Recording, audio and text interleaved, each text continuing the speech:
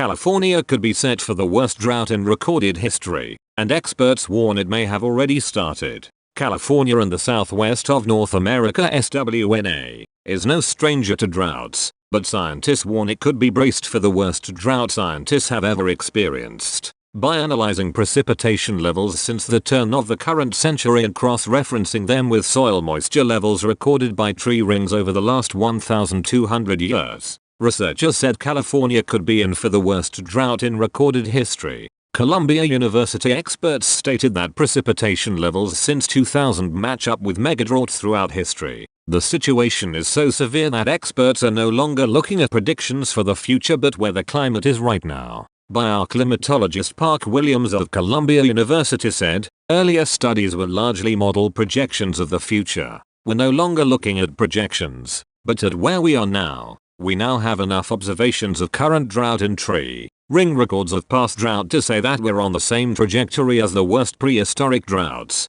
The researchers analyzed thousands of trees to determine soil moisture levels back to 800 BCE. 4 megadroughts were particularly severe, the researchers said, with the most recent coming from 2000 to 2018, which could yet be continuing. According to the study published in the journal Science, human-induced climate change is responsible for at least half of the pace of the drought. As a result, the researchers warn that even if the incoming megadrought is not the worst, it most certainly will get more severe in the future. The research stated, with the western United States and northern Mexico suffering an ever-lengthening string of dry years starting in 2000, scientists have been warning for some time that climate change may be pushing the region toward an extreme long-term drought worse than any in recorded history. A new study says the time has arrived. A megadrought as bad or worse than anything even from known prehistory is very likely in progress, and warming climate is playing a key role.